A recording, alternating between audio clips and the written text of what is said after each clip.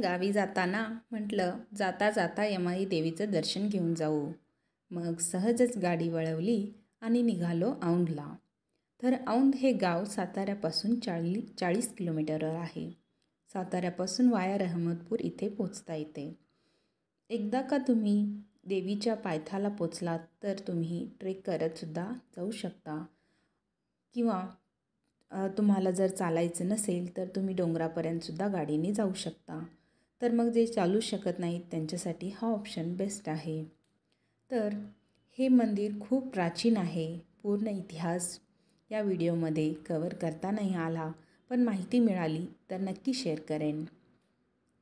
आम्ही जवळपास दुपारी 1च्या सुमारास डोंगरावर पोचलो, तेही भर उन्हाळ्यात. पण जराही उन्हाचा चटका जाणवला नाही, कारण डोंगरावर होतं थंडगार वारं. इथे आल्यावर आईचं दर्शन घेतलं, मन प्रसन्न झालं, खूप समाधान मिळाल्यासारखं वाटतं.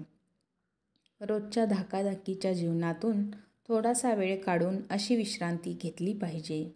तर असे हे ठिकाण तुम्ही कधी या रूटने कुठे जात असाल तर नक्की भेट देऊ शकता किंवा खास वेळ काढूनसुद्धा इथे येऊ शकता आणि या इथल्या निसर्गाचा आनंद लुटू शकता.